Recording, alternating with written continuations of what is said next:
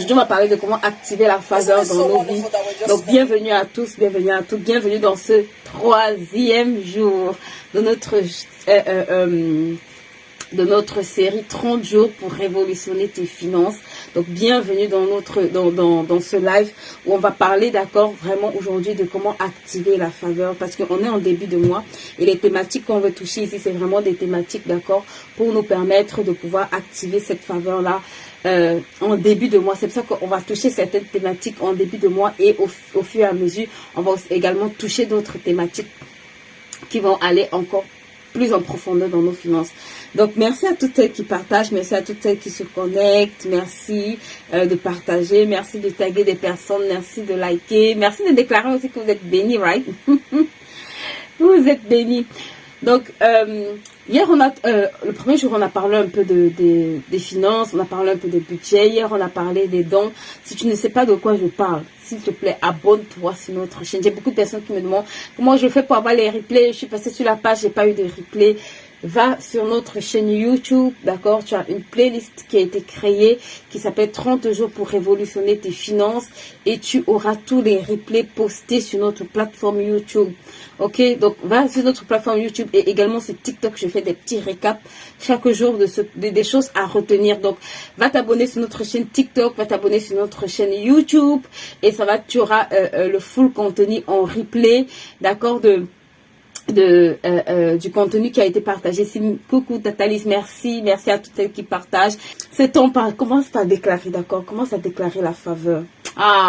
Si tu comprends ce que veut dire être favorisé, s'il te plaît, commence à déclarer avec moi que tu es favorisé.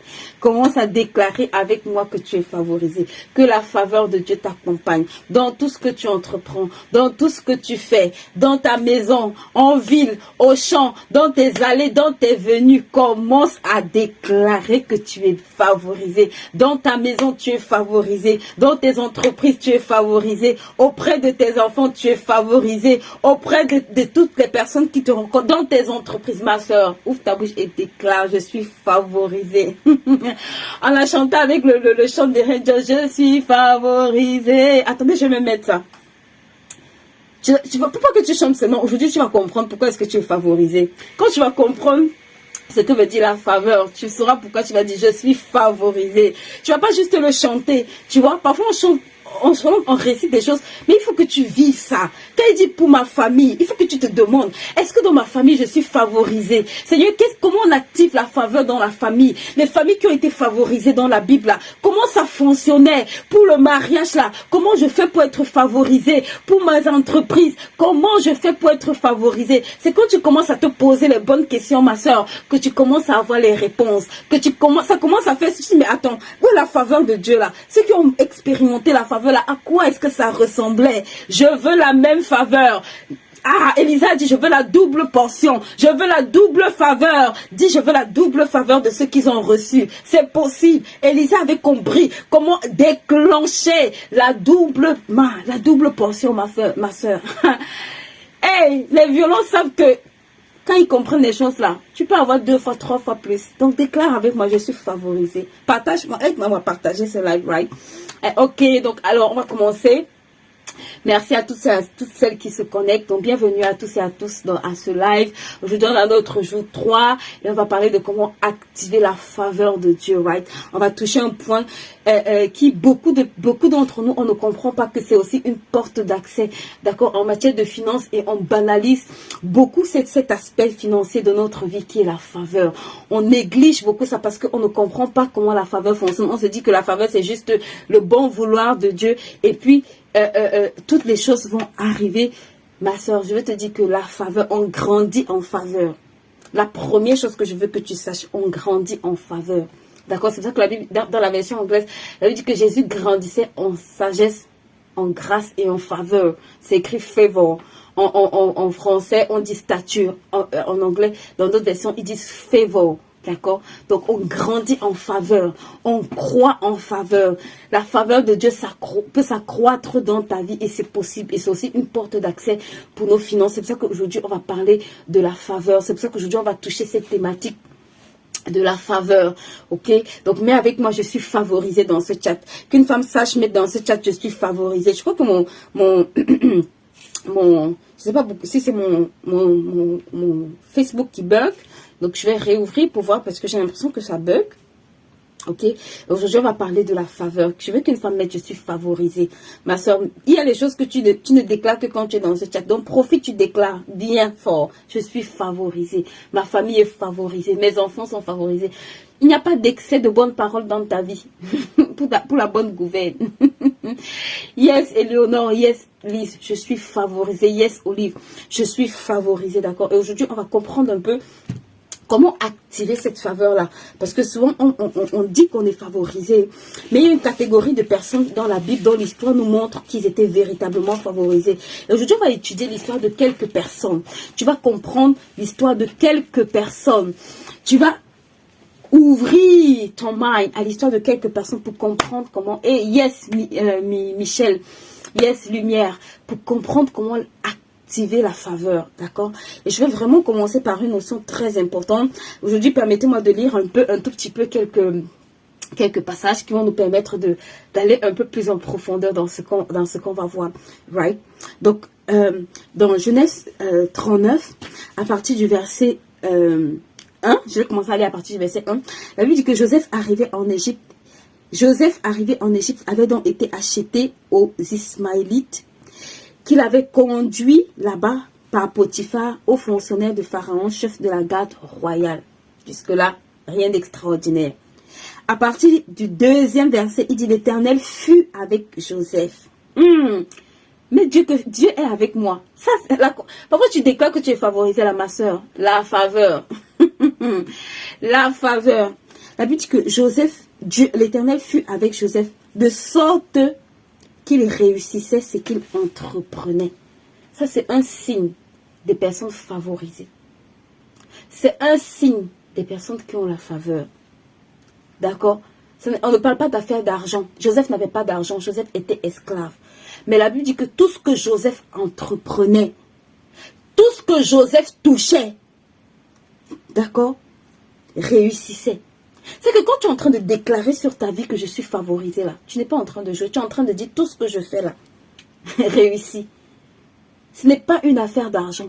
Tout ce que je fais, par la grâce de Dieu, c'est Dieu qui, ça réussissait. Ça réussissait. Donc, la première des choses que je veux que tu comprennes, et la Bible dit qu'il demeura dans la maison de son maître égyptien. Très bien. C'est ici que je vais commencer à expliquer un certain nombre de choses par rapport à la faveur. Celui-ci remarqua que l'Éternel était avec Joseph. Yes. Et faisait prospérer tout ce qu'il entreprenait. Ainsi, Joseph obtint la faveur de son maître. Yes. Au début, il avait la faveur de Dieu. À un moment donné, ce n'était plus la faveur de Dieu, c'était la faveur des hommes. Parfois, on ne comprend pas comment ça marche. Parce que tu te dis, non, Dieu me favorise. Ma soeur, Dieu te favorise et ça doit te donner aussi, tu dois trouver la grâce, la faveur aussi auprès des hommes. Tu dois trouver la faveur aussi auprès des hommes. Maintenant, je vais t'expliquer un bout de verset qui m'a beaucoup interpellé. La Bible dit, celui-ci remarqua. Donc, il y a un process, un protocole pour activer la faveur. Celui-ci remarqua. Qu'est-ce qu'il remarque?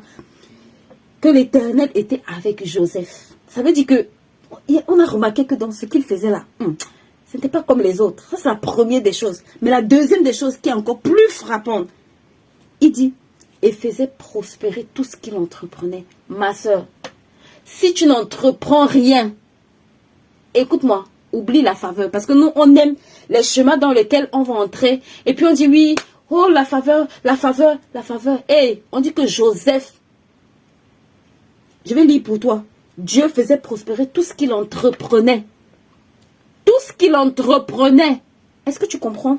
Est-ce que tu comprends que dans le processus de la faveur là, il y a une partie qui s'appelle entreprendre? Est-ce que dans le processus là, tu as compris qu'il y a une partie qui s'appelle entreprendre? Dans le protocole là, il n'y a pas juste Dieu qui est l'acteur. Il y a une partie où tu es l'acteur qui s'appelle entreprendre. Donc, l'une des premières choses sur lesquelles je veux m'attarder, voyez, c'est que tu ne peux pas activer la faveur, ma soeur, si tu as les bras croisés. Forget about it. Oublie ça. Tu ne peux pas activer la faveur si tu as les bras croisés. Il faut que les... Regarde, un des protocoles, il a observé. Donc, les gens ne vont pas... Tu ne vas pas trouver la faveur auprès des hommes juste parce que tu as assis les mains croisées, comme on pense là. Ah bah, je croise les mains, et puis si Dieu veut, il va m'ouvrir les accès, et puis... Maman, c'est sa volonté, il veut.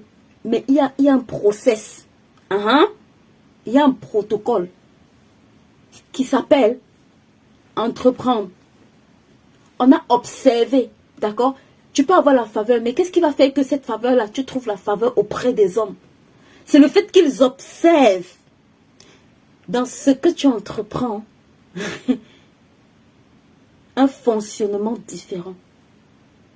Est-ce que quelqu'un comprend ce que je suis en train de raconter? Ah, qu'une femme mette dans ce chat, je suis favorisée.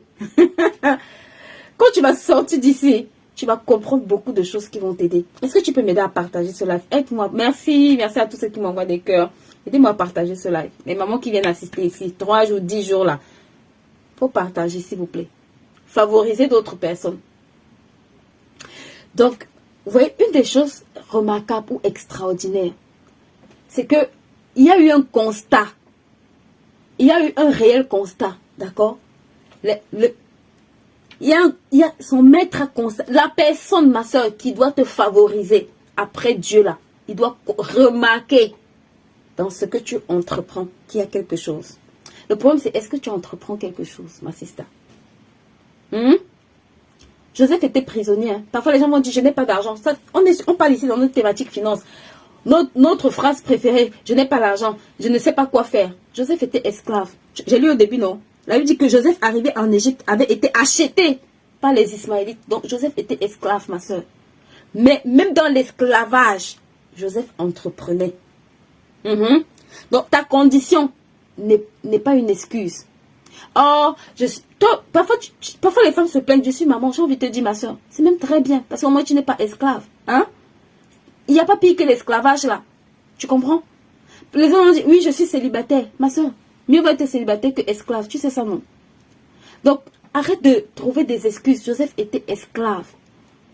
Esclave plus. Esclavage plus même. Chez les Ismaélites. Après, donc, au début, c'était chez ses cousins. Après, c'était carrément en Égypte. Donc, les gars l'ont vendu une fois chez les Égyptiens. Tu comprends? J'ai pas le temps de t'expliquer. Peut-être un jour, je t'expliquerai en fait ce que représente l'Égypte. Right? Pas dans sa forme pays, d'accord? Dans le système de fonctionnement dans l'ancien temps. Donc, c'est extraordinaire de se rendre compte que quelqu'un qui était esclave entreprenait. Ma soeur, la faveur là, si tu continues à chanter, écoute-moi très bien. On a chanté au début, moi j'ai chanté, je suis favorisée. Bien comme il faut. Mais il faut que je t'explique quelques clés nécessaires pour que tu puisses quitter ton tabouret, ta chaise, ton lit, et commencer à te bouger. D'accord? Parce que ça ne va pas nous aider de juste ouvrir nos bouches pour dire on est favorisé s'il n'y a rien qui se passe. Il doit y avoir des indicateurs qui montrent que tu es favorisé. Après que ta bouche est déclarée, il doit y avoir des actions qui montrent que tu es favorisé.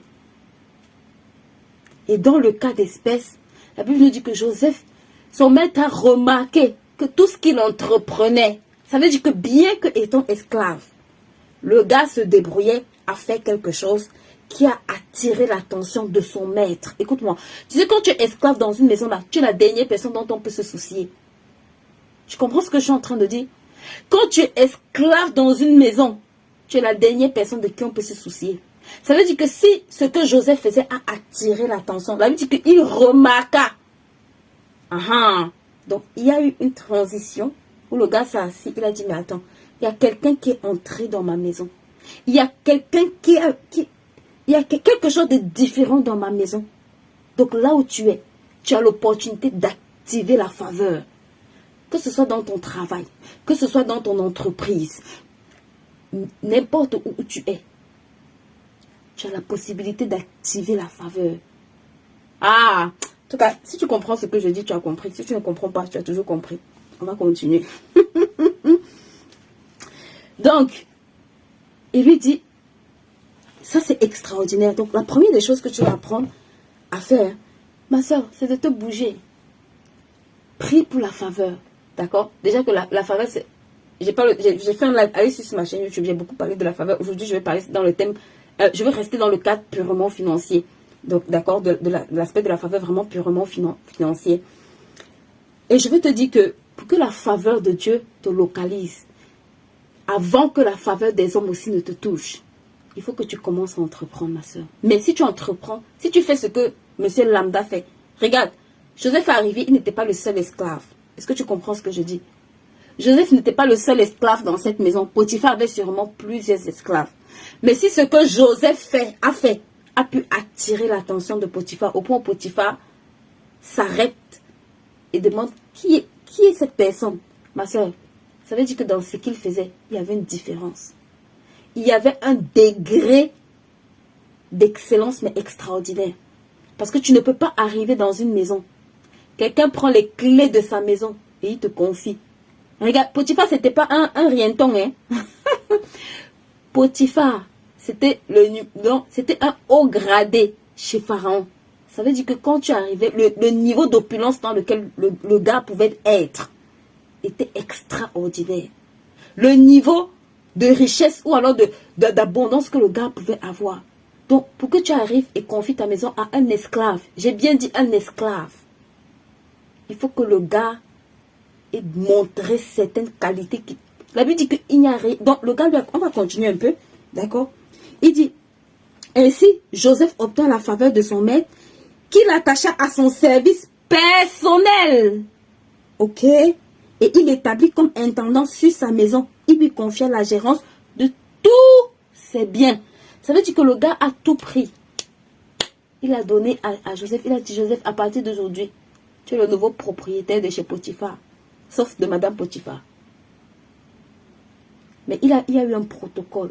Il y a eu un process. Je vais te dire, parfois tu fais des choses, tu te dis que personne ne te regarde. Ma soeur, la personne, la porte de faveur qui doit s'ouvrir là, te regarde. Il faut que tu saches ça. La porte de faveur qui doit s'ouvrir là. Que tu saches, que tu sois conscient ou que tu ne sois pas conscient. La porte là, elle est en train de t'observer. la faveur des hommes là, qui doit t'introduire dans la dimension de faveur naturelle aussi, que tu dois vivre. La porte là attend en fait de voir certaines choses. Donc la première chose c'est entreprendre. Mais l'entreprendre, ne fais pas, ma soeur, le bricolage. Ne fais pas comme tout le monde. Ne fais pas l'à peu près, s'il te plaît. Et un degré d'exigence, un degré d'excellence, un degré... On n'est pas parfait, d'accord? On s'améliore tous, mais aspire à faire mieux. Aspire à t'améliorer, aspire à te perfectionner, aspire à laisser ta marque, à laisser ton empreinte, je dirais, dans ce que tu fais. Ça, c'est la première des choses. L'une des premières choses, d'accord, que tu dois apprendre à faire. La deuxième des choses, d'accord, que tu dois apprendre à faire, c'est à écouter. Beaucoup de personnes, quand elles trouvent la faveur auprès des hommes, elles ne comprennent pas que ce n'est qu'un accès, ok? Et je vais t'expliquer ça un peu avec l'histoire d'Esther. Esther était une reine, tu vois. La Bible dit que la faveur de Dieu était sur la vie d'Esther, ma soeur. Tu sais comment Esther a fait pour arriver chez le roi? Je vais te raconter un peu l'histoire d'Esther dans une autre version, peut-être que tu n'as pas encore vu, ou que tu as déjà vu, mais ce n'est pas grave. L'histoire d'Esther nous raconte beaucoup de choses à propos de la faveur. Quand Esther arrive, la Bible dit qu'elle trouve grâce auprès d'Hégaï. Oh, déjà avant même ça, il y a d'abord la phase obéissance. Elle obéit à Mardochée avant d'entrer même déjà dans cette dimension-là. Donc, un deuxième protocole, ma soeur. Mardochée était un mentor pour elle. Une des choses pour activer la faveur, même dans le domaine des finances. Ma soeur, s'il te plaît, apprends un peu à obéir. En tout cas, si c'est un bon mentor, si c'est quelqu'un que Dieu a établi sur ta vie, qui est un bon mentor, je te garantis que tu as intérêt à l'écouter. Elle va te faire gagner du temps et des années de douleur. En bon entendeur, je passais ma route. Donc, Esther avait un bon mentor qui s'appelait Mardochée, qui lui a dit d'aller faire le recensement. Esther n'a pas commencé à négocier. Parfois, vous êtes assis 2 ans, 3 ans, 4 ans. Ma soeur, tu peux fais ceci. Oh non, c'est que vraiment, je n'ai pas trop envie. Ensuite, elle va t'expliquer un autre truc. Après, elle va revenir sur un autre truc. Aujourd'hui, elle veut faire styliste. Demain, elle veut faire modéliste. Après, elle veut faire vente. Après, elle veut faire... Quand elle a fini de tourner 3 ou 4 ou 5 ans, c'est là elle revient. Bon, ce que tu m'avais dit de faire là, finalement, j'ai vu que c'est ça que je vais faire. Et puis, tu commences à sourire. Elle a perdu 4 années de faveur. Je sais de quoi je parle. Hein. Parce qu'il y a des personnes, quand elles arrivent, elle va commencer avec les cheveux. Après, elle veut faire le conseil. Après, elle veut faire l'écriture. Après, elle veut faire le secrétariat. Après, finalement, elle te dit qu'elle est dans la vente. Tu es assise au même niveau, tu la regardes. Elle ne comprend absolument pas qu'elle a une clé entre ses mains pour déclencher la faveur. Mais qu'elle banalise. Esther aurait pu dire à Mardoché, écoute, toi, ton conseil d'aller se faire recenser là, tu peux te garder ça. Je n'en ai pas besoin. Je suis très bien où je suis. Donc, ma chère, un des protocoles, s'il te plaît, you better open your ears. Tu feras mieux d'ouvrir tes oreilles et d'être sensible, de demander au Seigneur la grâce que quand quelqu'un parle, parce que tout ne viendra pas toujours par révélation. La vie de Dieu passe tantôt d'une façon, tantôt d'une autre. Donc Dieu peut utiliser, et dans la plupart des cas, même si Dieu établit quelqu'un sur ta vie, il faut savoir que Dieu va l'utiliser pour te parler. Sinon, il n'a aucun intérêt à établir la personne sur ta vie. Tu vois, non. Il ne s'ennuie pas. Donc ça, c'est une des choses que tu vas apprendre à comprendre. Maintenant, je vais t'expliquer un peu avec l'histoire d'Esther, qu'est-ce qui se passe. Ma soeur, Esther arrive au palais. Esther est comme toutes les filles lambda, mais Esther a quelque chose qui la distingue. C'est que elle trouve grâce auprès d'Hégaï, qui est l'eunuque qui s'occupe des filles du roi. Hégaï va lui donner un protocole pour entrer dans la faveur. Ah! Si tu comprends ce que c'est en train de te dire ici, là. Si tu comprends ça, l'année 2024 sera glorieuse. Je te dis la vérité. Et la fin 2023, même avec Esther se retrouve devant Hégaï. Tu sais, c'est Hégaï qui a la clé, ma soeur. C'est Hégaï qui est la porte d'accès pour le roi.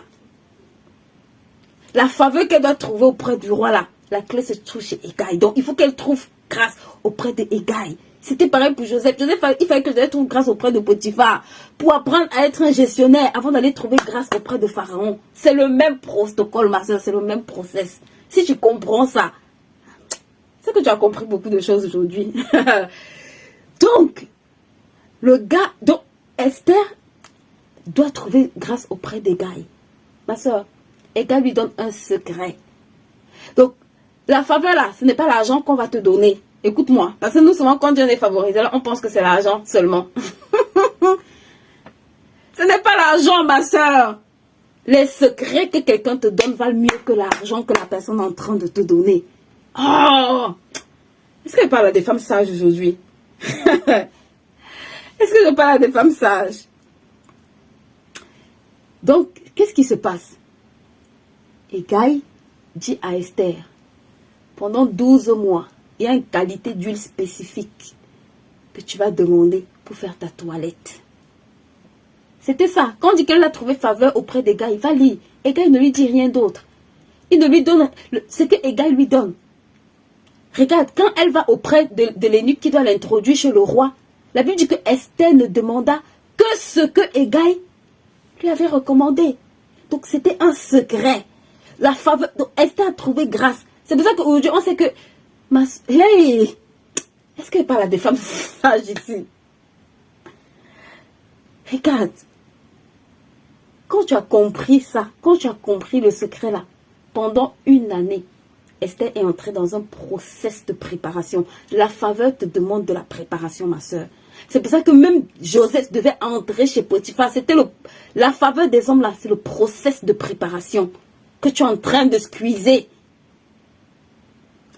Le process de préparation que tu es en train de squeezer. Il faut que tu ailles lire ce livre. Il faut que tu ailles lire ce livre. En bon entendeur. Bon, j'ai pas encore commencé la rubrique livre, mais je te dis juste. Donc, qu'est-ce qui se passe? Il faut qu'elle trouve grâce auprès du roi. Mais c'est Hégaï qui a le secret. Regarde, la Bible dit que Hégaï s'occupait de toutes les eunuques, de toutes les filles. Donc Hégaï connaissait le goût du roi. Hégaï connaissait quel est le profil du roi. Pourquoi on ne dit pas que les autres filles ont trouvé grâce? Ce n'est que Esther qui a trouvé faveur auprès d'Hégaï.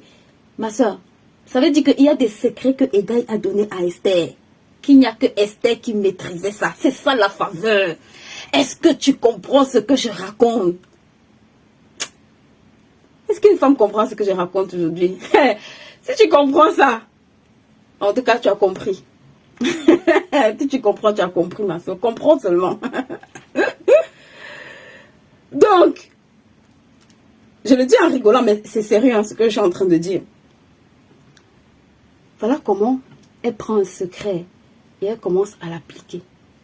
Et quand elle va auprès de la personne qui doit l'introduire, la Bible dit qu'elle ne demanda rien d'autre. Rien d'autre que ce que Hégai lui avait recommandé. Donc Hégai avait le secret du roi. Hégai connaissait le type d'huile que le roi aime. Il connaissait tout ce que le roi aime. Elle n'a pas trouvé grâce par hasard. Elle avait appris. Regarde, avant d'arriver chez Pharaon, Joseph avait appris. Avant d'arriver chez Pharaon, Joseph avait appris comment fonctionne l'Égypte chez Potiphar.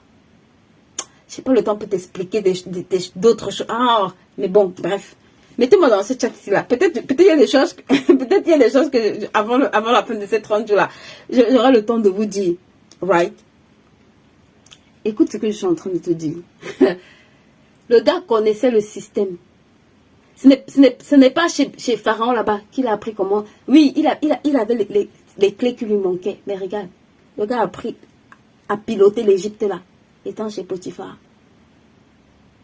Il lui explique, Hégai lui explique, Esther, tu es ici en temps de préparation. Voici ce dont tu as besoin. Si tu utilises ça pendant 1 an, si tu es discipliné, oui, la faveur va te demander de la discipline. Parce que nous, on pense qu'il suffit juste que tu chantes, que tu es favorisé, et puis ça va tomber sur ta tête comme un caillou. Écoute-moi. Si Esther n'avait pas fait ça pendant 1 an, 1 année, elle n'aurait pas trouvé grâce. Hein. Pourquoi elle était obligée de faire ça pendant 1 an? Elle aurait pu arriver et elle va directement devant le roi. On aurait pu la présenter directement. Pendant 1 an, sans sauter un jour, elle était disciplinée à faire ce que Hégai lui a dit de faire. Est-ce que tu comprends ça? Est-ce que tu comprends ce que je suis en train de te raconter? Donc, quand vous ramassez les conseils, vous jetez à la poubelle là. Après, vous vous plaignez que la faveur là. Ma soeur, la faveur là vient de... C'est dans ta poubelle depuis des années. Va t'asseoir. Tu fais le tri de tous les conseils qu'on t'a donnés, que tu as foutu dans la poubelle.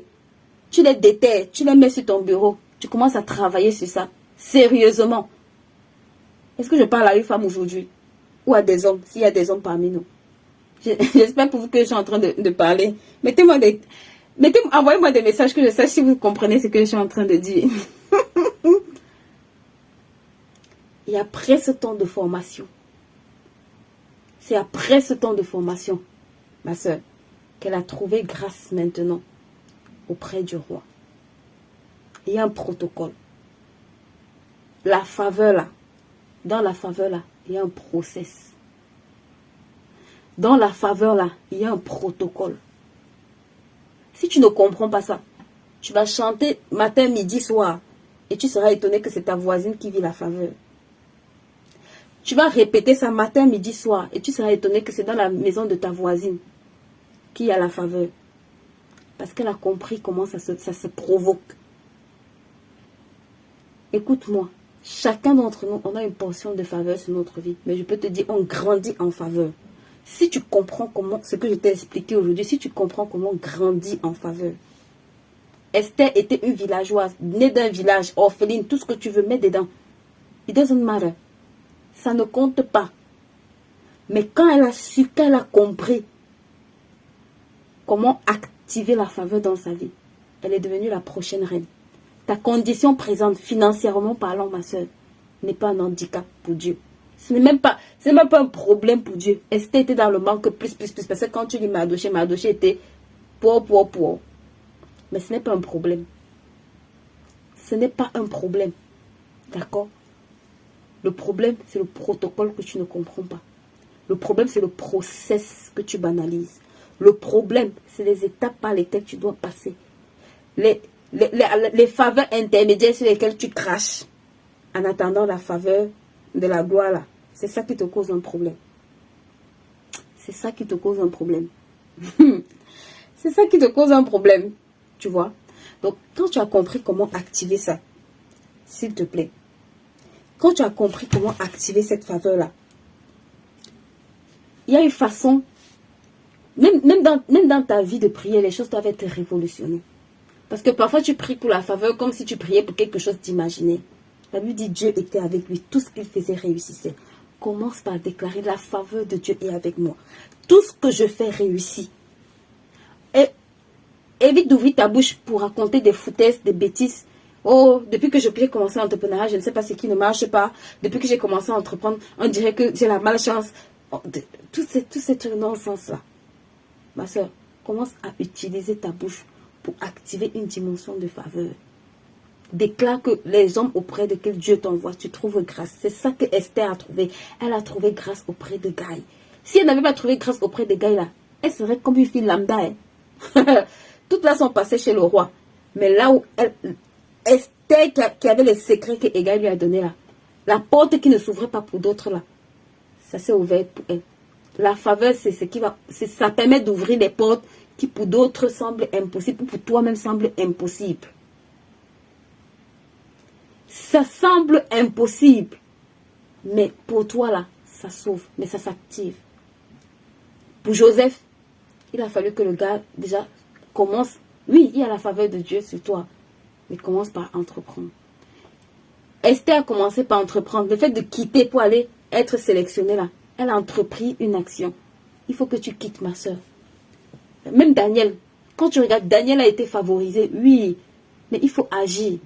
D'accord? La première des choses, il faut que tu commences à poser des actions. Si tu ne sais pas quoi poser comme action, commence à demander au Seigneur, Seigneur, quelle est l'action que je dois poser pour que en cette saison, quelle est l'action que je dois poser en cette saison pour que ta faveur là me permette de trouver la faveur auprès des hommes. La deuxième des choses, ma soeur, quand tu agis, quand tu fais quelque chose, dis-toi qu'il y a des personnes qui doivent te favoriser, qui te regardent, qui t'observent. Donc, fais-le de telle façon que ces personnes-là remarquent qu'il y a une différence entre toi et les autres. La troisième des choses, il faut écouter, d'accord? Il faut écouter les personnes, en tout cas les bonnes personnes. Il y a des personnes aussi qui ne sont pas écoutées, mais prie pour avoir le discernement. Prie pour avoir le discernement d'écouter les personnes vraiment ointes que Dieu va envoyer ou déposer sur ta vie. Leurs instructions, je t'assure, sont des portes d'accès pour les faveurs dont tu as besoin, dont tu recherches, financièrement parlant. Ce sont des portes d'accès. Moi, si je n'avais pas écouté la voix moi-même, je ne serais pas devant une caméra en train de vous parler. Vous voyez. J'aurais pu dire, de toutes les façons, à quoi est-ce que ça me sert? J'aurais pu me taire et dire, de toutes les façons, maman bien moi a dit, toi et tes femmes là, il faut vous débrouiller là-bas. Ça, là, c'est ton affaire. Vous voyez. J'aurais pu dire ça. Une fois, deux fois. Je me suis dit, c'est pas mieux pour toi d'écouter, si tu n'es pas très bête. Parfois, il y a des gens, ça fait 10 ans, ma soeur, 10 années. Tu es en train de lui donner une instruction. Elle ne comprend absolument rien à ça. Tu es en train de fermer les portes de la faveur que tu recherches. Ensuite, l'étape numéro 3. Accepte de payer le prix, d'accord, de la préparation. Dans chaque protocole de faveur, il y a la préparation. Oui. Dans chaque protocole de faveur que tu vas activer, il y a un temps de préparation. Le temps de préparation, ma soeur, c'est le temps où tu vas accepter, apprendre, accepter te former, accepter qu'on te corrige, accepter que les choses, accepter que pendant ce temps-là, ce que j'ai reçu là, Gaï lui a dit, les instructions que tu reçois là, ma soeur, il faut que tu sois disciplinée avec. Il faut que tu sois diligente. Il y a des gens, quand tu les mets sur discipline, ils te fuient. Tu es trop dur. Oh non, ce que tu me demandes de faire là, je ne sais pas comment je vais faire. Tu n'as pas le temps. J'ai les enfants. Blablabla, blablabla. Ma soeur, it's up to you. Ça dépend de toi. Agaï n'a pas dit à Esther, négocier avec moi. Il a dit à Esther, si tu sais ce qui est bien pour toi, voici les huiles pour ta toilette. Chaque jour pendant 1 an, tu appliques propre. Elle aurait pu dire, bon, tu sais, moi je viens du village, moi je n'ai pas utilisé ça au village, et puis au village on ne se lave pas comme ça, et puis blablabla, et puis bon, le matin quand je me lève, tu sais, je n'ai pas le temps. Ma soeur, ça dépend de toi. Quand la personne a déjà déchargé là, La discipline, le protocole qu'elle va te donner là, elle n'est pas en train de te punir, elle est en train de te propulser. C'est 1 an après que Esther est revenue dire merci à Hégai, ou qu'elle pouvait revenir dire merci à Hégai pour les conseils, les astuces, ce qu'elle avait reçu auprès de lui et qu'elle mettait en pratique. Parce qu'en une nuit, une seule, Esther est quittée de villageoise à reine. Elle est quittée de pauvreté, poids, à multimillionnaire. Mais il y a eu un protocole, il y a eu un processus. Il y a eu une étape de transformation de l'ancienne, de Hadassah en Esther. Il a fallu qu'on la décrasse, qu'on la déprogramme, qu'on la... Hey! Il a fallu qu'il y ait un shift là dans le coco et dans le corps aussi. Yes. Ma coach en style est là. Elle va aller la voir. Elle va vous donner sa propre. Toutes les mamans ici là qui veulent le protocole là. Elle va vous donner sa propre. C'est son domaine. Elle est hyper calée dedans. D'accord? Et maintenant, ensuite, il y a eu l'opportunité. Elle a été introduite. C'est le même... Regarde, allez dire la Bible, les personnes qui ont été favorisées dans la Bible, même Jésus, ma soeur, il y a eu ce protocole-là. Jésus il est resté pendant 33 ans avant de commencer à opérer. La Bible dit qu'il grandissait. Pourquoi est-ce qu'il grandissait? De Dieu qu'il était, il avait besoin de grandir en faveur. Ça veut dire qu'il avait besoin de comprendre le mécanisme de la faveur. Il avait besoin d'activer ça jusqu'à ce que ça arrive à un certain niveau qui allait l'introduire à une certaine dimension. Donc, tes problèmes financiers ne sont pas le problème.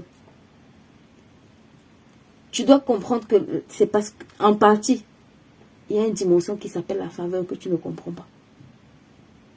Il y a une partie qui s'appelle la faveur, ma soeur. Et la faveur, dans la plupart des cas, c'est rattaché à l'instruction que tu vas recevoir. C'est qui va activer la faveur en partie est souvent lié aux instructions. Donc, je t'en supplie. Ça peut venir de plusieurs façons. D'accord? Prie pour avoir le discernement. Prie pour capter. D'accord? Prie pour être sensible. Parfois, on peut passer à côté.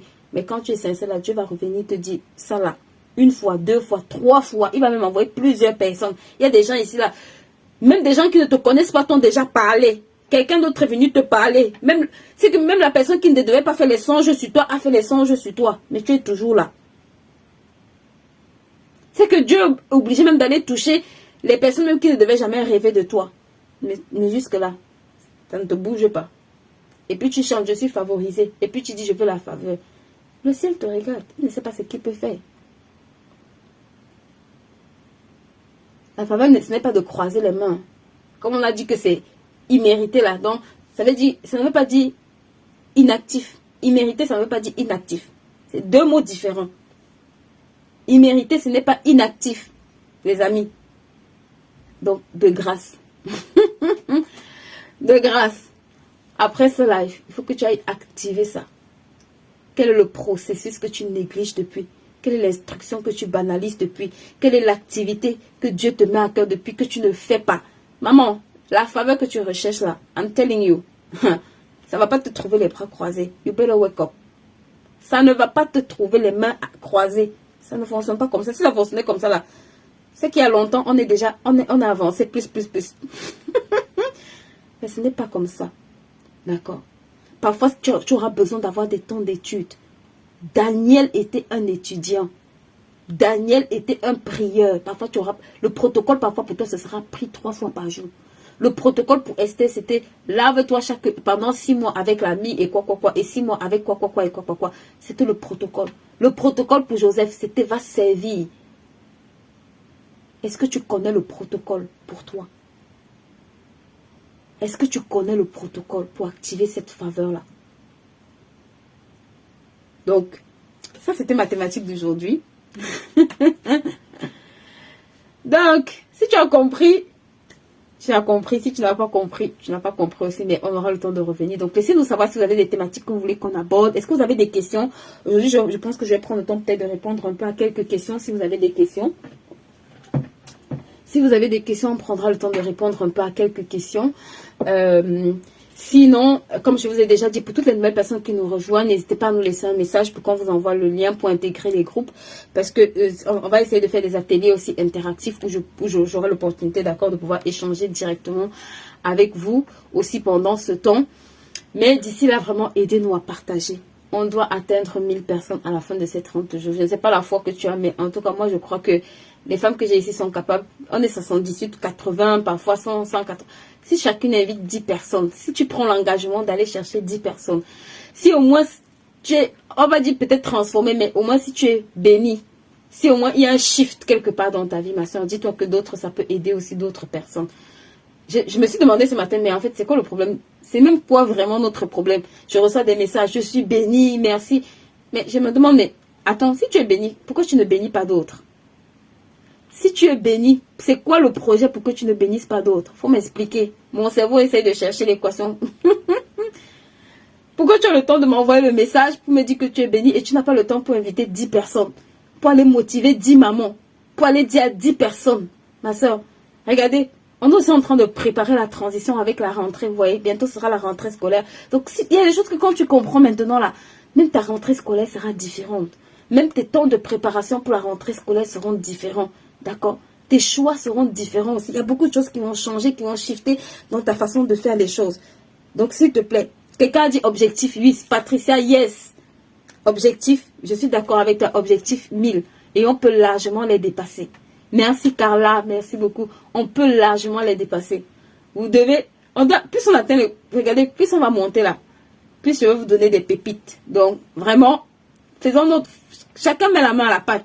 Plus on va monter là, plus je vais vous donner les pépites de pépites, par la grâce de Dieu, bien sûr. Donc, aidez-moi vraiment à partager, aidez-moi vraiment à aller vous abonner sur notre chaîne YouTube. Vous aurez tous nos replays sur la chaîne YouTube. On prendra vraiment le temps de mettre tous nos replays sur la chaîne pour que vous puissiez suivre également, sur TikTok également. Après chaque live, je fais un petit récap. Donc, vous pouvez aussi vous abonner sur notre chaîne TikTok. Et on va évoluer et par la grâce de Dieu, on va pouvoir faire de belles choses en ces 30 jours. Donc, j'espère, n'hésitez pas également aussi à m'envoyer vos retours. J'aime beaucoup lire les retours des personnes qui m'envoient. Franchement, ça fait toujours chaud au cœur, même si j'ai pas le temps de tous répondre. Quand j'ai un moment, je prends le temps de répondre à toutes celles qui m'écrivent. En général, je réponds toujours, sauf si franchement, votre message est passé à la trappe. Mais c'est toujours un plaisir, d'accord, de vous lire, d'avoir vos questions, vos retours, vos interrogations. C'est toujours vraiment un plaisir pour moi de vous lire. Hervé. Ah, yes, Cyril, on en a pour avoir le lien. Enfin, participer, s'il vous plaît, merci. J'ai pas compris, Hervé. J'ai pas compris. J'ai pas trop compris, Hervé. Donc, voilà. Donc, je vais commencer aussi à parler, d'accord. J'ai écrit ce livre qui est mon tout dernier livre qui s'appelle Reconnaître les temps et les saisons pour prospérer. Je vous assure que si vous lisez ce livre, le niveau de transformation, vous savez, je l'ai envoyé à une de mes sœurs. Habituellement, quand j'écris les livres, mes sœurs vont me dire félicitations, waouh, c'est bien. Mais quand j'ai envoyé celui-là à ma sœur, ma sœur, c'était pas félicitations, elle a pris. Elle m'a dit, là, je dois te faire une vidéo. Quand elle a fini de lire, elle m'a dit, là, je dois te faire une vidéo. Parce que ça, c'est une autre dimension de transformation. Je vous assure, ils ne sont pas nombreux encore qui l'ont lu. Parce que on a eu quelques soucis, mais maintenant, il est disponible. Mais je vous assure que moi-même, en écrivant ce livre, c'était une grande introspection. Je me suis rendu compte qu'il y a beaucoup de saisons que j'ai perdues. Et comme je dis toujours, le rachat coûte très cher. Mais je l'ai écrit surtout pour que, ici, que vous soyez parents, d'accord? Si vous êtes parents, je vous en supplie. Pour que vous puissiez ne pas commettre les mêmes erreurs avec vos enfants. Non, non, c'est pas uniquement pour les femmes, Hervé. Je demandais parce que j'ai pas bien compris, en fait, ce que tu mettais. Tu voulais le lien pour Cyril, c'est ça? En fait, c'était écrit, j'ai pas très bien compris le message, c'est pour ça que je demandais. Il n'est pas exclusivement féminin, non. Donc, je me suis rendu compte que beaucoup de parents ici, et je le dis vraiment avec une très grande tristesse, parce que on a tous fait les frais d'une façon ou d'une autre. Beaucoup de parents ici ne savent pas qu'ils sont le premier maillon de construction de la vie financière de leurs enfants. Beaucoup des problèmes financiers que vous avez, vos parents auraient pu et auraient dû corriger. S'ils avaient fait certaines choses différemment, je vous assure, il y a des résultats que vous aurez eu. Donc ça commence bien avant même ta naissance. Je dis bien avant que tu sois conçu. Dieu dit à Jérémie, avant que tu ne sois conçu. Écoute-moi, le plan de Dieu ne commence pas le jour où tu es conçu. Il dit, avant que tu ne fusses formé. Donc, la préparation commence. Que tu sois célibataire, que tu me dises, ouais, je suis célibataire, ça me concerne pas, ma soeur. La préparation, même pour la vie de tes enfants, commence avant qu'ils ne soient formés. Si tu as compris, tu as compris. Ensuite, il y a toi-même ta part. Parce que nous sommes acteurs aussi. Il y a ce que nos parents sont censés faire, qui est censé déposer de bonnes bases, de bonnes fondations. Mais même si on a des parents défaillants, ce n'est pas une excuse. Beaucoup de mes parents n'ont pas fait, ce n'est pas une excuse. Parce que toi-même, il y a des choses où Dieu te rend responsable, toi-même, de pouvoir corriger un certain nombre de choses. Et c'est parce qu'on ne comprend pas les temps et les saisons qu'on joue avec beaucoup de choses. J'ai beaucoup parlé sur cette chaîne. J'ai dit sur cette chaîne que c'est la période de l'été. Ma soeur, je veux redire parce qu'on a des nouvelles personnes qui nous rejoignent. L'été est une période d'abondance. Je ne sais pas comment tu vas comprendre ça, mais comprends-le. La Bible dit à la fourmi, au paresseux, apprends de la fourmi. Il dit, en été, elle amasse. On amasse que quand c'est disponible. Écoute-moi. On amasse que ce qui est disponible. On amasse que parce qu'il y a de l'abondance. Donc, l'été est une saison d'abondance. Si tu quittes l'été sans avoir amassé, spirituellement, matériellement, financièrement, en compétences, en connaissances, l'automne qui arrive là, et l'hiver, je te laisse découvrir. Peut-être quand tu vas découvrir sur le prochain automne et hiver, l'été prochain, tu vas appliquer ou comprendre ce que je dis. Et ça va faire sens. C'est la Bible qui dit, il dit, va apprendre de la fourmi. Elle n'a ni maître. Mais il dit, mais en été, regarde, elle est tellement sage qu'on la prend comme référence. La fourmi fait partie des animaux remplis de sagesse. On dit, en été, elle amasse. Ça veut dire qu'il y a un travail consciencieux que les 3 mois d'été-ci, tu dois t'asseoir et faire dans ta vie. Si tu as compris, si tu n'as pas compris, d'ici là, on se retrouve demain. N'hésitez pas également, comme je disais, à maxi partage. On a également commencé les formations d'accord sur la gestion du temps. Toutes les mamans ici qui gèrent mal leur temps. Bon, demain, je ne sais pas, c'est comme mathématiques. Je crois que demain, mathématiques, ce sont les dettes. Et après, on va toucher la gestion du temps. Donc, demain, on va voir comment sortir des dettes. Parce qu'il y a les gens, avant le 4 ou le 5, il n'y a plus rien sur le compte bancaire. Donc, on m'a dit, s'il faut parler des dettes. Donc, demain, on va parler des dettes. Demain, on va revenir sur la thématique des dettes. Mais là, d'une autre façon, deeper and deeper and deeper. Demain, là, on va déchirer les dettes seulement. Donc, j'ai compris. On m'a dit que c'est une thématique qui touche beaucoup de personnes. Donc, si tu sais qu'il y a des gens qui viennent tout le temps te prêter de l'argent, si tu sais que tu es la banque mondiale de plusieurs, il faut prendre le lien si tu les envoies. Tu dis, maman, il faut que j'arrête d'être ta banque parce que je ne t'aide pas. Si tu prêtes tout le temps de l'argent à quelqu'un, écoute-moi. Parce que souvent, on fait les choses de façon émotionnelle. Oh non, c'est ma soeur, comment je vais faire? Tu n'es pas son banquier. D'accord? Tu peux l'aider pour une situation, mais si ça devient répétitif, récurrent, en fait, c'est mieux de corriger les causes pour que les conséquences changent. Ça veut dire que la conséquence, c'est qu'elle vienne t'emprunter de l'argent. Mais la cause, il faut la comprendre et la corriger. Donc, si tu as des personnes qui demain ont des problèmes de dette, on m'a dit que c'est un must. Je sais pas encore, je comprends pas encore l'ampleur. Mais on m'a dit que demain, là, demain, on doit parler de dette parce qu'il y a les gens avant le 5 du mois, la caisse est vide. Donc, demain, on va toucher les dettes, d'accord? Et après, on va parler de time management, je sais pas. Donc, il faut aider les personnes âgées, les enfants et les handicapés. Oui, je n'ai pas dit le contraire, il faut les aider, mais il faut déjà pouvoir toi-même t'en sortir pour pouvoir aider d'autres personnes. Souvent, on veut aider les gens alors que nous-mêmes, on ne voit pas clair. C'est ça le problème. Il faut aider, et c'est logique et c'est normal, mais tu ne peux que aider quelqu'un quand toi-même déjà tu as la solution, ou bien quand toi-même déjà tu arrives à pouvoir, d'accord, comprendre où est le problème de la personne. Tu vas aider quelqu'un si tu ne comprends pas quel est son problème. Vous pensez que quand on donne de l'argent à quelqu'un, on aide la personne?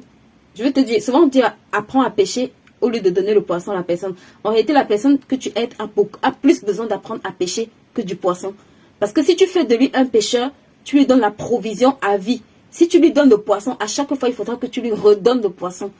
Et je vais vous dire, une génération est censée construire la génération future. Tu es censé construire les générations futures et non rentrer construire les générations précédentes. Ça va faire mal peut-être ce que je dis, mais c'est vrai. Une génération est censée construire la génération future et non rentrer construire les générations précédentes. C'est ça qui cause beaucoup de retard dans la vie de plusieurs d'entre nous. C'est que tu te retrouves en train de porter les générations qui auraient dû te porter. La Bible dit un homme de bien laisse un héritage aux enfants de ses enfants. Donc quand tu travailles, tu n'es pas censé travailler pour les générations qui t'ont précédé. Eux, ils sont censés avoir travaillé pour toi.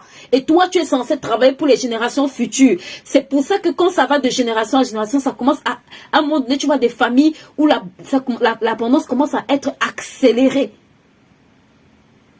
Quand tu te retournes pour gérer la génération précédente et gérer encore les générations futures, tu es en train de porter un fardeau qui va t'écraser. Et parfois, beaucoup ne comprennent pas ça. D'accord? C'est pour ça que la Bible dit un homme de bien. Ça veut dire quelqu'un qui est normalement constitué. Il laisse un héritage. On n'a pas dit à ses parents. On n'a pas dit à ses grands-parents. On a dit aux enfants de ses enfants. L'héritage se laisse de père en fils et non de fils en père. Est-ce que quelqu'un comprend ce que je raconte? L'héritage se laisse de père en fils et non de fils en père. Moi, je n'ai pas vu un endroit dans la Bible où on a dit que l'héritage, le fils a laissé l'héritage au père. C'est toujours l'inverse. C'est toujours le père qui laisse un héritage au fils. Ce n'est que dans les schémas dysfonctionnels où on voit les fils laisser l'héritage au père. On construit la génération future. On ne construit pas les générations à l'envers. On construit les générations futures, les amis. On ne construit pas les générations qui nous ont précédés. C'est ces générations-là qui sont censées nous propulser. Je parle à des parents sur cette chaîne. Et là, je vais vraiment tonner encore très fort avant de tonner demain encore plus. Parce que on construit les générations futures. Je n'ai pas dit que vous ne devez pas vous occuper de vos parents. D'accord? Je n'ai pas dit que vous ne devez pas faire du bien à vos parents. Mais j'ai dit qu'on construit la génération future. Aujourd'hui, si tu es malade, on ne va pas appeler ton père pour qu'il s'occupe de ton enfant. On va t'appeler toi. Parce que c'est ta responsabilité en tant que parent de t'occuper de tes enfants. Je n'ai jamais vu quelqu'un, quand son enfant est malade, on appelle ses parents. À moins que tu sois indisponible ou malade. C'est toi qu'on va appeler. C'est ton nom qui est dans l'acte de naissance. C'est ton nom qui est sur les papiers officiels. Même quand tu vas inscrire un enfant à l'école, on dit nom du père. On ne dit pas nom du grand-père. Donc c'est ta responsabilité. Comprenez ça?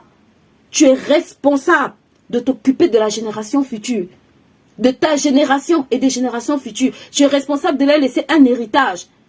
Ce n'est écrit nulle part. Regardez, dans la Bible, David préparait le chemin pour Salomon. Moi, j'ai pas vu Salomon préparer. David avait fait déjà un parent. Il a logiquement, quand il est logiquement, j'ai pas envie de dire, parce qu'il est conscient.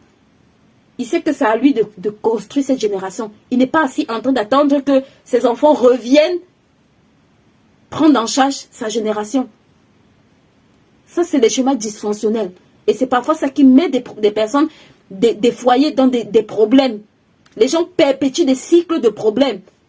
Ils perpétuent des cycles dans lesquels ils sont tout le temps déchirés parce qu'ils ne comprennent pas qu'une génération construit la génération future. Oh, la génération de tes parents là, ils ont déjà fait ce qu'ils avaient à faire, s'ils ne l'ont pas fait là, ils ont été défaillants. Il faut prier que Dieu dans sa bonté là, t'aide à ne pas reproduire les mêmes erreurs.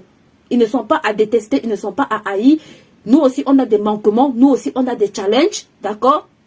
Mais on doit corriger ce qui n'a pas été bien fait pour que nos enfants aussi corrigent ce que nous, on n'a pas bien fait et ainsi de suite. Et que de génération en génération, ça s'améliore.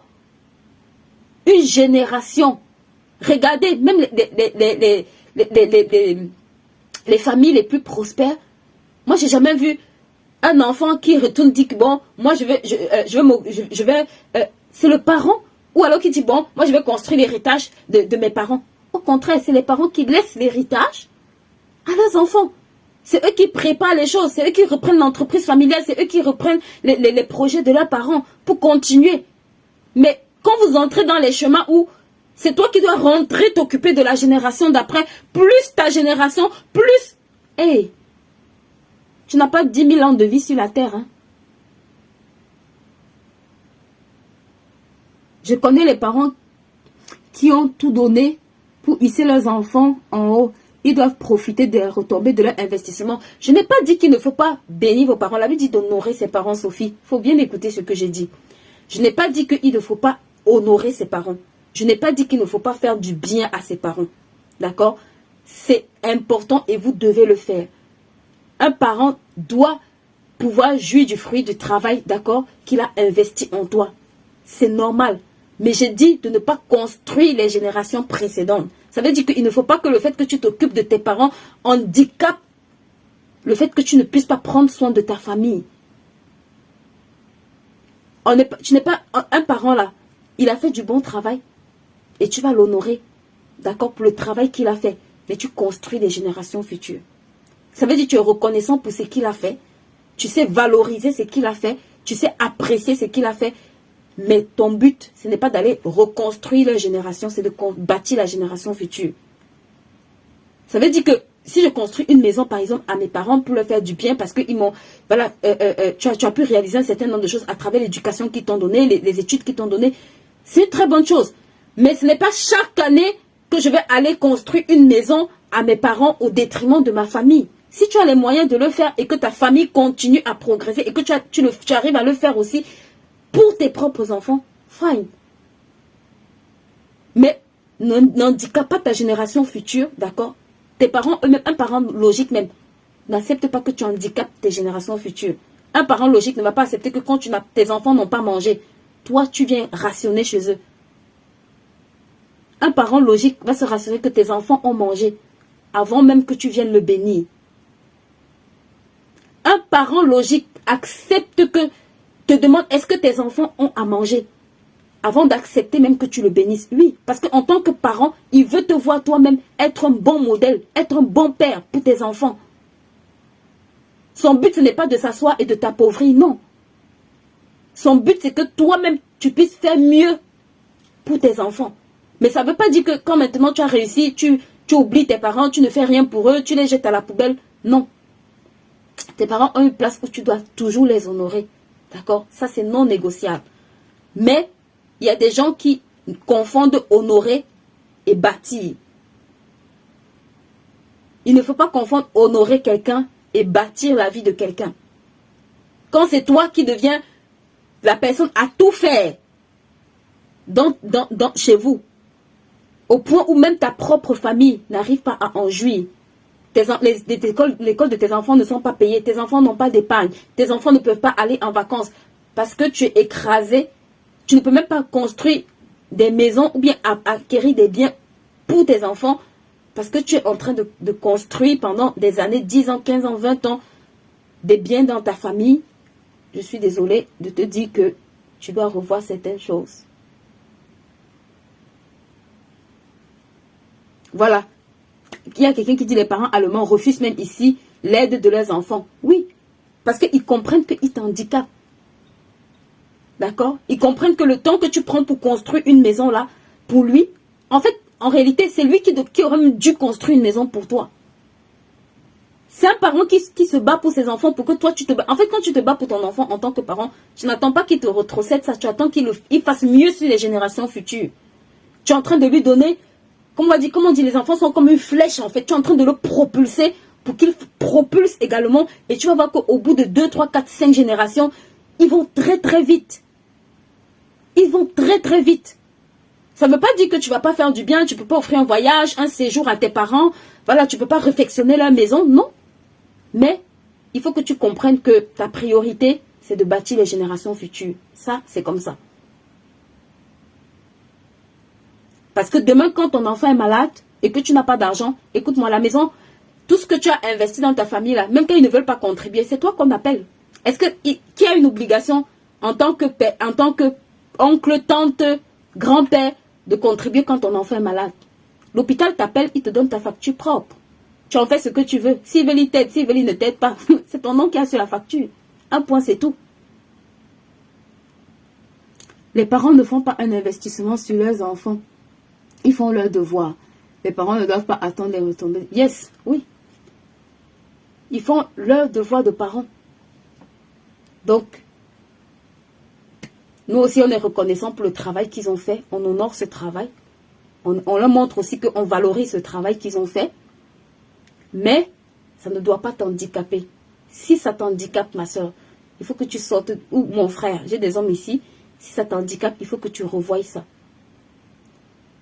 Oui, nos parents n'ont pas préparé leur retraite, mais s'ils n'ont pas préparé, justement, c'est parce qu'il faut que toi aussi, tu handicapes ta retraite pour que ça handicape aussi tes enfants. Hein, Sophie? Nos parents n'ont pas préparé leur retraite. C'est justement pour ça qu'il faut qu'à une génération, ça s'arrête. Nos parents n'ont pas préparé leur retraite. C'est pourquoi ils sont dépendants de leurs enfants. Mais c'est pas parce que... Oui, ils ont eu des chemins, d'accord. Ils ont fait des choses, si je peux dire ça, qu'ils pensaient bien. Mais ça ne veut pas dire qu'aujourd'hui, on doit continuer à faire ça si on voit que ça handicape les générations futures. Parce qu'aujourd'hui, quand tu dois t'occuper de tes parents, plus de tes enfants, on n'a qu'à se dire la vérité, tu constates que dans ton portefeuille, il y a un problème. À moins que tu aies déjà atteint un certain niveau, mais pour un grand nombre de personnes, tu vas te rendre compte que c'est problématique de pouvoir gérer et ta famille, et ton mariage, et les différentes sollicitations. Surtout que tu peux avoir du côté de ta famille et de ta belle famille aussi. Donc quand vous avez deux familles à supporter, plus votre famille, bah, je suis désolée, tu vois dans le portefeuille que même les efforts que vous êtes en train de fournir, bah, vous avez l'impression de faire du surplace. Donc, c'est justement pour ça que la génération de parents que j'ai ici doivent comprendre que si eux ils ne préparent pas leur retraite, bah, ils infligeront aussi à leurs enfants les mêmes sentences. Ça veut dire qu'ils auront des enfants qui devront demain retourner s'occuper d'eux. Donc, il faut qu'il y ait une génération à partir de laquelle les choses se corrigent. En Europe, ce sont les parents qui donnent aux enfants. Pourtant, en Afrique, ce sont les... Voilà, c'est ça. Chris, merci beaucoup. En Europe, ce sont les parents qui donnent aux enfants. Et c'est vrai. Quand ils ont un enfant, ils commencent à mettre un plan d'épargne, ils commencent à mettre de l'argent, ils commencent à acheter. Et quand l'enfant arrive à l'âge où il est actif dans la vie, on te dit, bah tiens, voilà peut-être un compte qu'on a créé pour toi, voilà un appartement qu'on a acheté pour toi. Et les enfants commencent à émerger. Un enfant qui n'a pas de loyer à payer en Afrique, en Europe même, et même en Afrique, c'est un enfant qui peut aller très loin. Aujourd'hui, en Europe, la réalité, c'est que le poste qui nous coûte tous cher, c'est le loyer. Le poste qui a un impact clair et net, c'est le loyer. Donc, on est la génération qui doit corriger, d'accord, un certain nombre de choses. Parfois, notre côté émotionnel n'aime pas ça, mais malheureusement ou heureusement, voilà, il y a des différentes façons de faire. Parce que si on refait toujours ce même cycle-là continuellement, bah, à un moment donné, on va entrer dans la même spirale sans jamais s'arrêter. Donc, on va commencer à corriger un certain nombre de choses. Ici, je crois que j'ai des parents responsables. Ici, je crois que j'ai des parents qui veulent vraiment révolutionner, d'accord, les choses, ou bien leur façon de faire. Donc, on va continuer à honorer nos parents, mais on bâtit la génération future parce qu'on veut arrêter. Et nous-mêmes aussi, d'accord, on travaille aussi de telle façon que demain, on peut dire à nos enfants, ne refais pas les mêmes erreurs que moi j'ai fait. Peut-être moi j'ai dû prendre soin de mes parents jusqu'à leur vieillesse, mais moi j'ai compris qu'il fallait que je me prenne en charge pour que toi tu puisses courir rapidement. Moi j'ai compris que j'ai ce temps, j'ai cette opportunité de pouvoir me préparer à ne pas dépendre de toi. D'accord?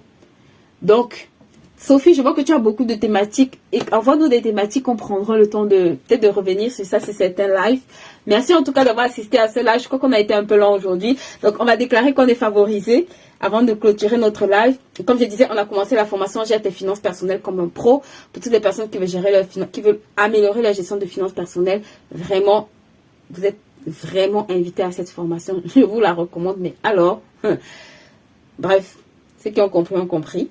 Ensuite, il y a la formation Gère ton temps comme un pro également qu'on va commencer et celle sur l'écriture des livres également qu'on va lancer. Donc, sur ce, vous pouvez nous contacter si vous avez besoin de plus d'informations, de plus de détails.